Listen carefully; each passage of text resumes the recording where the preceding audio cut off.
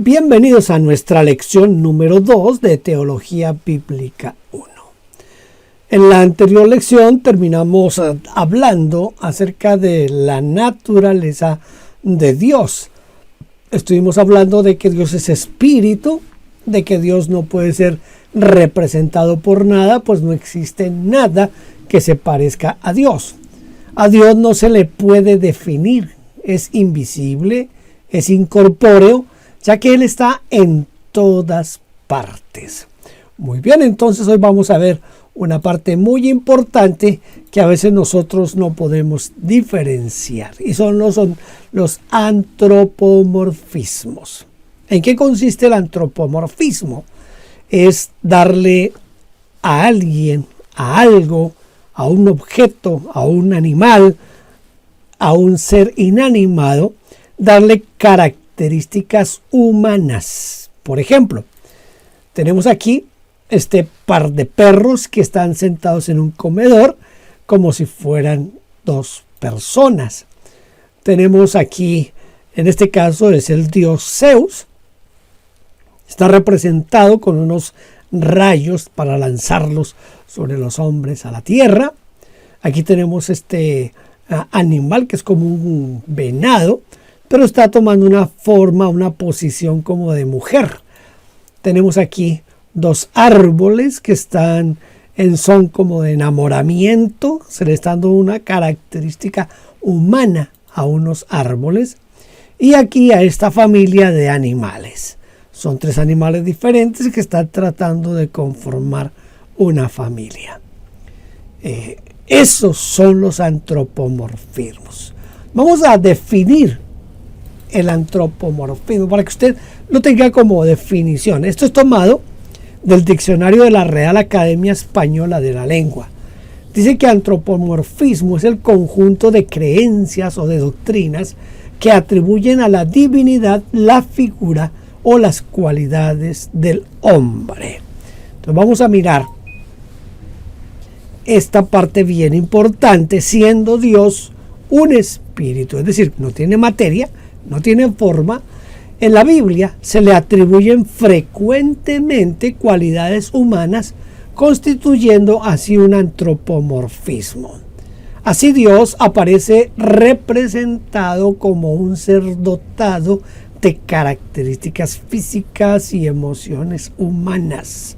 Aunque hay una diferencia entre lo que sería el antropomorfismo de la forma y otra que tiene que ver con las emociones. Voy a más adelantar la palabra más o menos técnica, aunque no soy muy amigo de ciertas palabras técnicas porque lo que hacen es confundirnos. Por ejemplo, en Job capítulo 40 versículo 9 se habla del brazo de Dios. Entonces nosotros tenemos la tendencia a imaginarnos a Dios con brazos, ¿verdad? Tenemos esa tendencia a pensar que Dios tiene un brazo. En Isaías dice: yo soy Jehová tu Dios, que te sostengo con mi mano derecha, que te tomo por la mano derecha, te sostengo. Entonces uno tiene la imagen de que Dios tiene una forma como la nuestra, como la de un hombre. Pero eso es un antropomorfismo, no es que Dios tenga forma. La mano de Dios, dice Job capítulo 19, versículo 21. También se habla del rostro de Dios. Es interesante cuando usted lee en el Pentateuco, cuando Moisés le pide a Dios que lo deje ver, entonces Dios le dice: nadie que me vea va a vivir, pero voy a hacer una excepción con usted. Entonces lo toma y lo mete en una montaña, en un hueco de una montaña, pero Dios pasa y pone su mano sobre la cara de Moisés, y cuando ya quita la mano Moisés, todo lo que ve es la espalda. Desde luego que Moisés no vio a Dios, porque Dios no tiene forma. ¿Qué es lo que Moisés realmente ve? Lo que Moisés realmente vio fue al ángel de Jehová. Recuerde que el ángel de Jehová es Cristo. Entonces lo que Moisés vio allí fue al ángel de Jehová. En el Salmo 130, en el versículo 2, se dice de los oídos de Dios. En Deuteronomio 11:12 se habla de los ojos de Dios. Entonces, cuando pensamos en los ojos, la boca, las manos de Dios, estamos pensando en un hombre como nosotros. Se habla de la voz de Dios, se habla del dedo de Dios. Y mira este texto que está aquí, que viene enseguida, para que usted vea lo interesante que es esto. Mas si yo por el dedo de Dios echo fuera los demonios, ciertamente el reino de Dios ha llegado a vosotros. Estas son palabras del Señor Jesucristo en Lucas 11:20. Entonces, para tratar de resumir esta parte, Dios es espíritu, Dios no tiene ninguna forma, pero la Biblia nos lo presenta con características humanas, no porque Dios tenga una forma, sino que es la forma en que nosotros como humanos logramos como percibir, entender un poco a Dios. Pero Dios no tiene manos, Dios no tiene ojos, Dios no tiene boca, Dios no tiene nariz, no tiene oídos. Esa forma en que Dios se expresa es para hablarnos a nosotros desde lo conocido hacia lo desconocido. Tenga siempre en cuenta eso. Los antropomorfismos son una forma de dar características humanas a nuestro Dios. Muy bien, vamos a seguir aquí. Ahora vamos a entrar a la personalidad de Dios. Aquí este es otro asunto que hay que tener un poquito de cuidado. Dios tiene atributos que son muy parecidos a los del hombre, en el sentido de que Dios es una persona que tiene atributos de personalidad. Por ejemplo, Dios tiene inteligencia, porque tiene intelecto. Dios tiene un sentimiento, tiene sentimientos de enojo, de amor, de ira. Dios es amor, ese es un sentimiento de amor. Entonces les decía hace un momento que la diferenciación entre lo que serían los antropomorfismos, que son las formas de Dios en el hombre, o sea, darle a Dios formas de hombre, eso se llaman antropomorfismos. Pero cuando se habla de los sentimientos como arrepentimiento, Dios no es hombre para que mienta, ni hijo de hombre para que se arrepienta, o en cuanto a otras expresiones de ira, de enojo de parte de Dios, eso se llaman antropatismos. Antropatismos, o sea, los sentimientos humanos atribuidos a Dios. Entonces, Dios tiene intelecto, Dios tiene emociones, Dios tiene sentimientos, Dios tiene voluntad, Él toma decisiones. Si Dios tiene voluntad y toma decisiones, eso es parte de lo que podríamos llamar la personalidad de Dios. Aquí viene entonces, ahora sí, una de las partes complicadas de lo que es la Trinidad de Dios. Mire, aquí yo quiero que usted tome en cuenta lo siguiente. Este gráfico es un gráfico que yo no sé quién lo hizo originalmente. A la primera persona que yo se lo recibí fue a mi profesor de teología por ahí en el año 75. Así que yo lo conozco desde ese tiempo, este gráfico que usted está viendo en este momento. Ese gráfico lo que trata de mostrarnos es cómo podríamos en cierta manera como definir, presentar la Trinidad. ¿Entiende eso?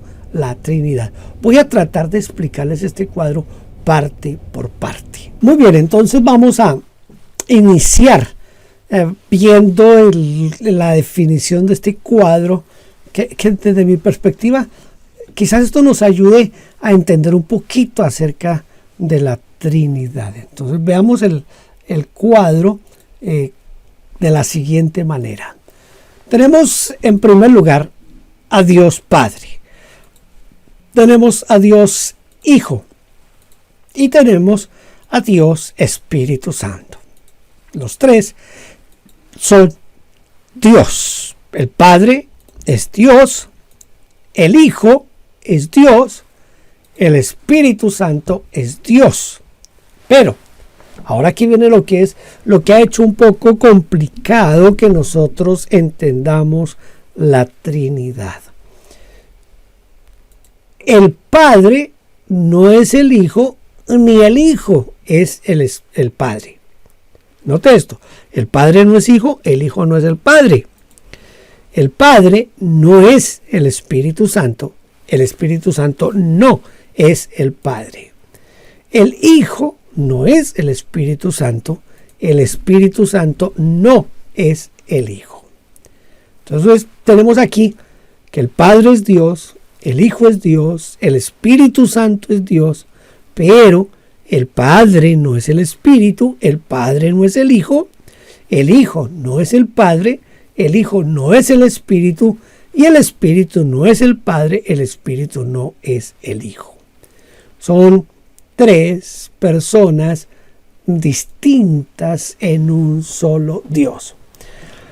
Este asunto de tratar de explicar la Trinidad con asuntos como, por ejemplo, que un huevo que tiene cáscara, que tiene yema, que tiene clara, que son tres cosas diferentes, pero esos ejemplos no son muy sensatos para usarlos para definir la Trinidad. Entonces, tampoco, por ejemplo, el agua, que el agua es líquida, sólida y gaseosa, tampoco, ese no es un buen ejemplo para mostrar la Trinidad. Dicen los seguidores de la vida de San Agustín que San Agustín estaba como devanándose los sesos, tratando de averiguar sobre la Trinidad, y que San Agustín salió y estaba por la playa, estaba caminando, cavilando en esto de la Trinidad. ¿Cómo era posible esto? Y San Agustín vio un niño de unos 5 o 6 años, tal vez. El niño, con su dedito meñique, abrió un hueco en la arena de la playa. Imagínense un hueco del dedo meñique de un niño. Y el niño iba al mar y traía una puñada de agua, o una vasija traía agua, y venía y la depositaba en el hueco que él había hecho con el meñique de su dedo. Entonces San Agustín se quedó mirándolo, y el niño fue varias veces, trajo agua y la puso ahí en el hueco, trajo agua y la puso en el hueco. Si usted alguna vez ha estado en el mar o en la playa del lago, usted se dará cuenta que uno puede quedarse toda la vida echándole agua al huequito que hizo al lado de la playa, y nunca lo va a llenar. Entonces San Agustín le preguntó al niño, ¿qué es lo que estás haciendo? Entonces el niño le dijo, yo voy a traer toda el agua del mar y la voy a poner en este hueco. Entonces San Agustín se quedó mirándole y le dijo, eso es imposible, por muchas razones es imposible. La inmensidad del mar, ¿cómo crees tú que va a caber en un hueco tan pequeño como tu dedo meñique?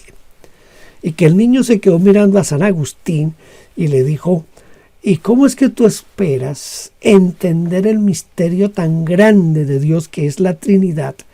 Meter ese misterio en tu cabeza tan pequeñita. Entonces dicen que a partir de ahí San Agustín comenzó a aceptar la Trinidad como un misterio.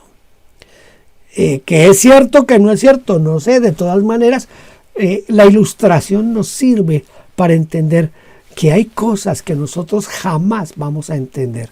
El apóstol Pablo dijo que hay cosas que ahora vemos por espejo oscuramente, pero que entonces las conoceremos y vamos a saber cómo fuimos conocidos. Así que lo que usted no entienda hoy aquí en la tierra, no se preocupe, que allá en el cielo el Señor nos lo va a explicar todo, absolutamente todo. Así que no se preocupe por eso. ¿Entendido? Recuerde, el Padre es Dios, el Hijo es Dios, el Espíritu Santo es Dios, pero el Hijo no es el Espíritu Santo, el Hijo no es el Padre no es el Espíritu, el Padre no es el Hijo, el Espíritu no es el Hijo, el Espíritu no es el Padre, pero los tres son Dios. Así que ahí está el asunto. Vamos a hacer aquí una pequeña definición. Hay un solo Dios, pero en la unidad de la divina esencia hay tres personas coeternas e iguales en todo, de la misma sustancia, pero distintas en subsistencia. Son de la misma sustancia, pero distintas en la subsistencia. La palabra está compuesta de tres y unidad. Triunidad o trinidad. Aunque la palabra Trinidad, escuche bien esto, la palabra Trinidad no se encuentra en la Biblia. Es la palabra que mejor nos deja entender la forma tripartita en la cual Dios existe, según lo revelado en las Santas Escrituras. Dios es único, es uno, que subsiste y se ha revelado al hombre en tres formas: el Padre, el Hijo, el Espíritu Santo. Tres personas, escuche, tres personas coeternas, separadas pero siempre unidas, independientes pero enlazadas en todo, en propósito, en deseo y en voluntad. ¿Cuáles son las funciones de la Trinidad? No existen tres dioses, no, de ninguna manera. Y cada uno de ellos independiente de la existencia propia por sí mismo. Los tres cooperan con una mente, con un solo propósito, de manera que en el sentido más exacto del vocablo son uno. Como dice allá en Deuteronomio: oye Israel, Jehová nuestro Dios, Jehová uno es. Son uno, es solo uno. Mire, el Padre crea, el Hijo redime y el Espíritu Santo santifica. Bueno, entonces es una forma de como demostrar esas tres funciones de los tres. Pero mire, es que el tiempo no nos da para detenernos mucho en esto, pero yo le invito a que usted lea Efesios capítulo 1 del versículo 3 al versículo 14, y allí usted va a encontrar la función de la Trinidad completa. Para mí ese es el mejor pasaje de la Biblia para demostrar la existencia de la Trinidad. Efesios capítulo 1 versículo 3 al versículo 13. No se lo olvide, léalo y encuentra ahí de dónde a dónde llega la función del Padre, de dónde a dónde llega la función del Hijo y de dónde a dónde llega la función del Espíritu Santo. Todo relacionado con la redención del hombre. Entonces el Padre crea, el Hijo redime y el Espíritu Santo santifica. Sin embargo, en cada una de estas operaciones los tres están presentes. Por ejemplo, en la redención, en la salvación, están presentes los tres. En la santificación del hombre están presentes los tres. En todo están presentes los tres, aunque en algunos aspectos puede ser que sobresalga más el uno que el otro, pero siempre están presentes. El Padre es preeminentemente el creador, pero si usted lee Colosenses, usted va a encontrar que en Colosenses dice que todo fue hecho por Él, para Él y por medio de Él, hablando de Cristo Jesús, hablando de la creación. Y el Espíritu Santo son presentados, el Hijo y el Espíritu Santo son presentados en la función de la creación. Eso no se nos puede pasar por alto. El Hijo es preeminentemente el Redentor. Sin embargo, ¿sí?, no obstante, por lo cual el Padre y el Espíritu Santo son presentados en la función de enviar al Hijo para redimir. Entonces, esa es la función de enviar. Pero también en lo que es la salvación como tal, el Señor Jesucristo dijo: nadie viene a mí si el Padre no le trae. ¿Y cómo hace el Padre para traer el pecador a Cristo Jesús? Por medio del poder del Espíritu Santo, porque el Espíritu Santo es el que nos convence y nos redarguye de pecado, justicia y juicio. El Espíritu Santo es el santificador. Sin embargo, el Padre y el Hijo cooperan en dicha labor. No podemos entrar en el proceso santificador si no hemos sido salvos, y somos salvos por el sacrificio de Cristo en la cruz del Calvario. ¿Se da cuenta de eso? Esto es bien importante. Tengo aquí un cuadro que yo no sé si usted lo alcance a ver en este momento en sus notas, pero quiero citarle un poquito acerca de él. No lo voy a leer todo porque tiene que ver con los nombres de Dios que también nos describen la naturaleza de Dios. Está el Shaddai, que significa el Dios todopoderoso, el Olam, que es el Dios eterno, Elión, que es el Dios altísimo, Melech, que es rey, el Ay, que es el Dios viviente, el Sabaoth, que es el Jehová de los ejércitos, Jehová Jireh, que es Jehová proveerá, Jehová Nisi, que es Jehová nuestra bandera, Jehová Shalom, que es Jehová es paz, Jehová Roé, que es Jehová es mi pastor, Jehová Rafa, que es Jehová mi sanador, Jehová Sidkenu, que es justicia nuestra, Jehová Sama, que es Él está allí, el Oa, que es Dios se usa solo en la poesía este nombre, el Oa, y el Chofet Jared, que significa el gobernante juez o juez de toda la tierra. Esos son algunos de los nombres de Dios. No son todos, pero son algunos que nos pueden ayudar a conocer un poco la naturaleza de Dios. Vamos a entrar entonces ahora a quizás como la parte más desafiante para nuestra relación con Dios, que es conocer los atributos de Dios. Conocer los atributos de Dios va a hacer que nosotros amemos a Dios y lo hagamos un poquito más en serio, que de una manera específica y una manera más clara nosotros sepamos quién es nuestro Dios. Lo vamos a saber por medio de sus atributos. Así que entremos a los atributos de Dios. Los atributos de Dios son las perfecciones que son reveladas, esas perfecciones de Dios que Él nos revela a través de la Biblia y que son visiblemente puestas de manifiesto por Dios. Escuche, es Dios que lo hace, que lo muestra a través de sus obras, de la creación, de la providencia, de la redención y de todo lo que tenga que ver del trato de Dios con el hombre. Hay uno, dos o tres maneras de clasificar los atributos de Dios.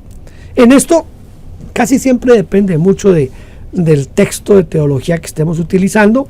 También, aunque no lo creamos, depende del énfasis doctrinal que tengamos. Entonces, de esa manera se van a clasificar los atributos de Dios, o lo que se conoce como los atributos que nos muestran cómo es Dios. Primero, hay atributos naturales y morales. Atributos naturales y morales. Algunos teólogos, como Dabney, por ejemplo, hacen una distinción entre atributos naturales que pertenecen a la naturaleza de Dios. Por ejemplo, la autoexistencia, la eternidad, la infinidad. Y otros que expresan el elemento moral de su ser. No sé si está captando aquí. Los atributos se pueden mirar como naturales y morales. Y hay por eso les decía que depende mucho de la teología, el libro de texto que estemos usando. Vamos a encontrar cierta aclaración hacia los atributos de Dios. El problema que se presenta es que esta división es muy artificial, porque también los atributos morales tienen su base en el ser y en la naturaleza de Dios. Entonces, por eso, cuando tratamos de mirar la taxonomía que hace Dabney de los atributos de Dios, pueden presentarse ciertas problemáticas. Hay atributos absolutos y relativos. Esta división hace una distinción entre atributos que tienen que ver con el ser de Dios en cuanto a sí mismo, en cuanto a lo que Dios es, la autoexistencia, la eternidad. Pero otros que tienen que ver con el ser de Dios en cuanto a su creación. Esta es la división que hace Strong. Usted, si va a ser estudiante de teología formal, muy frecuentemente va a escuchar este apellido, Strong. Entonces, váyase familiarizando con estos asuntos. El problema es que sugiere que es posible tener información sobre los atributos de Dios aparte de su relación con su creación. Pero esto no es posible siendo seres creados.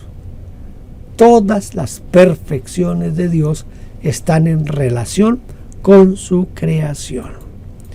Tercero, los atributos intransitivos y transitivos. Este sistema hace una distinción entre atributos que solamente tienen carácter interno en cuanto a Dios, es decir, su eternidad, su simplicidad, sin tener efectos en cuanto a todo lo que exista aparte de Dios, su creación. Atributos que producen algún efecto en su creación, la omnipotencia, la justicia, etc. ¿Qué problema nos presenta esto? Si algún atributo de Dios es estrictamente intransitivo, entonces no tenemos ninguna posibilidad de saber de la existencia de ese atributo. Hasta ahí tenemos algo de complejidad en esto de definir los atributos de Dios. Y vienen unos que son los atributos incomunicables y los atributos comunicables. Esta es la división más común y es la que causa menos problemas. Los atributos incomunicables y los comunicables. Los atributos incomunicables son los que carecen de cualquier analogía en la creación. Por ejemplo, simplicidad, inmensidad, eternidad, omnipotencia, omnisapiencia, omnipresencia. Escúcheme, no pretendo y no quiero confundirlos con esta clase, pero aquí simplicidad no se refiere a lo que usted está pensando de simple. Es otra cosa que de pronto más adelante la podríamos explicar, pero solo para que usted tenga en cuenta que es una simplicidad diferente a la que podríamos pensar así rápidamente. Los atributos comunicables cuentan con cierta analogía. Como todo, es imperfecta. Eso desde luego que es imperfecta. Es algo así como que los seres humanos tenemos ciertas características de Dios. Por ejemplo, la justicia, el amor, la misericordia. Sí lo tenemos, pero no se puede comparar en ningún momento con la justicia, con el amor y la misericordia de Dios. En eso estamos de acuerdo, ¿verdad? Eso es el asunto. El problema de esta división no debe ocultar el hecho de que los atributos no son comunicables en el sentido absoluto al ser humano. Es decir, que por ejemplo el amor, sí, Dios es amor, ese es uno de los atributos de Dios, y Dios nos ha llenado de amor, pero nunca, jamás tendremos la capacidad de amar igual como Dios ama. Todas estas divisiones, de una u otra forma, sin embargo, toman en consideración una división que tiene que ver con atributos que se refieren a Dios tal como es, y otro grupo de atributos que se refieren a su relación con su creación. Entonces, cada una de esas clasificaciones que acabamos de ver, las podemos dividir en dos partes. Lo que Dios es en sí y lo que Dios hace con referencia a la creación. Ya sea que si estamos hablando de atributos comunicables como la justicia, como el amor, es posible que se dé, pero no podemos llegar a pensar que nosotros vamos a ser justos como Dios o vamos a tener tanto amor como Dios, ¿verdad? Aquí vamos a seguir la división que están dadas en la teología de Berkov, que es la que la mayoría de teólogos reformados han asumido, y me parece que desde mi perspectiva, puede ser como la más fácil, la mejor. Entonces, los atributos incomunicables. Vamos a dejar hasta ahí nuestra clase número 2 y en la clase número 3 iniciaremos con los atributos incomunicables. No se olvide de mirar al final del video que ahí dejo 2 tareas. Si usted está interesado en recibir una certificación, debe de hacer esas 2 tareas y enviarlas a mi correo. Deseo que Dios le bendiga y que usted pueda seguir estudiando con nosotros. Mi correo está ahí, usted lo está viendo que se está moviendo un poquito a través de la clase cuando aparezco yo ahí. Ahí está mi correo, victorbuitrago@gmail.com. Me puede enviar ahí las tareas. Estamos terminando la lección número 2. Dios le bendiga.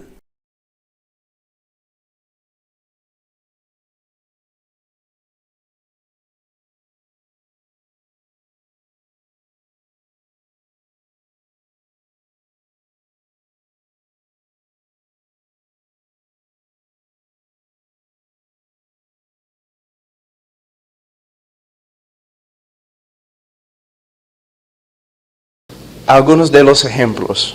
H2O. Ajá. Okay. El agua. Sí, líquido, sólido, hielo y vapor. No es una buena ilustración, hermano, es moralismo. Es una herejía. Modalismo. Moralismo. También, ¿qué es viene del pasto? Y es una sola planta, pero tiene 3 hojas. El trébol. Sí, ¿no?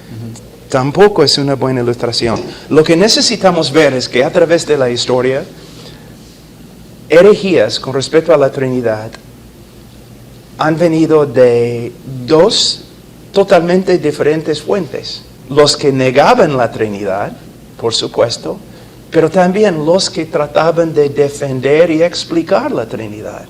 A veces usaron ilustraciones no bíblicas, antibíblicas. Pero vamos a hablar un ratito acerca de moralismo. Modalismo. ¿Cómo es? De modo. Moda. De modo. Modo. Modalismo. Modalismo. Ay. Yeah. Esa herejía se encuentra bastante en nuestro Perú. El grupo, ¿cómo se llama? Solo Jesús. Los unitarios, creo. En el norte del Perú, en la sierra también. Yo he tenido que hablar con personas que eran víctimas de esa doctrina. Y ellos dicen básicamente que si hay un solo Dios, pero no hay 3 personas distintas y verdaderas, sino Dios se revela a través de 3 diferentes modos. ¿No? En el Antiguo Testamento, el Padre. En el Nuevo Testamento, el Hijo, en la Encarnación. Y ahora en el Espíritu Santo. El problema es que el Padre, el Hijo y el Espíritu Santo crearon el mundo. Sostienen el mundo. También hay un texto muy sencillo que demuestra cuán ridículo es esta herejía. Se encuentra en Marcos 1, versículo 10. Está hablando del bautismo de Jesús. En versículo 9, y sucedió en aquellos días que Jesús vino de Nazaret, de Galilea, y fue bautizado por Juan en el Jordán. E inmediatamente al salir del agua, vio que los cielos se abrían y que el Espíritu Santo como paloma descendía sobre él, y vino una voz de los cielos que decía: Tú eres mi Hijo amado, en ti me he complacido. Ahora, el Hijo es bautizado, el Espíritu desciende y el Padre habla del cielo. Entonces, el Hijo en el agua, bautizado, el Espíritu descendiendo sobre él y el Padre hablando del cielo. En esta ilustración tan sencilla ya podemos ver que no es, como ellos dicen, un solo Dios, una sola persona que se manifiesta en tres diferentes modos, sino un solo Dios, tres personas distintas y verdaderas, el Padre, el Hijo y el Espíritu Santo. Ahora, una persona me dice, pero explica la doctrina. La verdad no depende de mi capacidad de explicarla. La verdad es la verdad. Se sostiene a solas, sin yo. No me necesita, ¿no? Yo solamente, como un hombre limitado, yo solamente tengo que someterme a las Escrituras. Un testigo una vez estaba hablando conmigo y yo le dije, mira, la diferencia es, tú te sientes capaz de inventar nuevas doctrinas. Yo me someto a solamente lo que se revela en las Escrituras. Yo no tengo opciones porque yo creo que la Biblia es la palabra de Dios. Y si la Biblia me dice que Dios es uno, yo tengo que afirmar, conforme a cómo se explica en las Escrituras, que Dios es uno.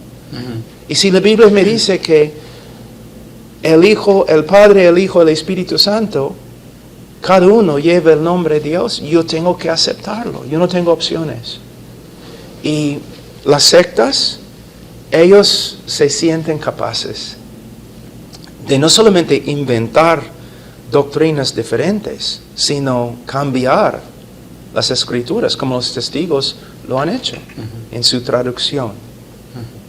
¿No? Otra cosa que quizás es muy, muy importante decir, que una manera de ver la Trinidad, una manera práctica, es que en Juan 1:18, nadie ha visto jamás a Dios, el unigénito Dios que está en el seno del Padre, Él le ha dado a conocer.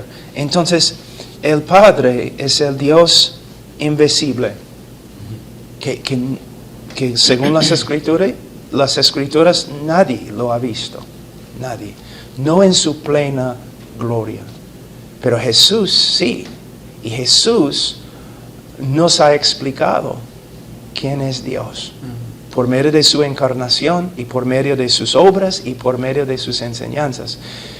Entonces el Padre es el Dios invisible, el Hijo es el Dios encarnado, y podemos ver de un texto que ya hemos leído, versículo 1 y versículo 14 del libro de Juan. ¿No? En versículo 1, en el principio existía el Verbo y el Verbo estaba con Dios y el verbo era Dios. 14, y el Verbo se hizo carne y habitó entre nosotros. Y vimos su gloria, gloria como del unigénito del Padre, lleno de gracia y de verdad. La palabra habitar acá se puede, en griego, es más que Él tabernaculó entre nosotros, se puede decir. No, en el Antiguo Testamento, durante los reinados de David, Salomón, durante las épocas del templo, Dios habitó dentro del templo. Pero ahora Dios en su plenitud habita dentro de la persona de Jesús. Y al final, en Romanos 8, con respecto al Espíritu Santo, dice, sin embargo, vosotros no estáis en la carne, sino en el Espíritu, si en verdad el Espíritu de Dios habita en vosotros. Pero si alguno no tiene el Espíritu de Cristo, el tal no es de Él. Aquí podemos ver que el Espíritu Santo es Dios habitando en nosotros. Entonces, el Padre en el cielo, que nadie lo ha visto en la plenitud de su gloria, el Hijo que nos ha revelado al Padre, y también el Espíritu Santo que ahora habita, mora dentro del creyente. Y también en el texto que yo leí hay algo muy interesante. Simplemente escucha lo que dice. Sin embargo, vosotros no estáis en la carne, sino en el Espíritu. Hablando del Espíritu. ¿Okay? Si en verdad el Espíritu de Dios habita en vosotros, pero si alguno no tiene el Espíritu de Cristo, el tal no es de él. En un texto que no tiene como su propósito principal enseñar la Trinidad, enseña la Trinidad.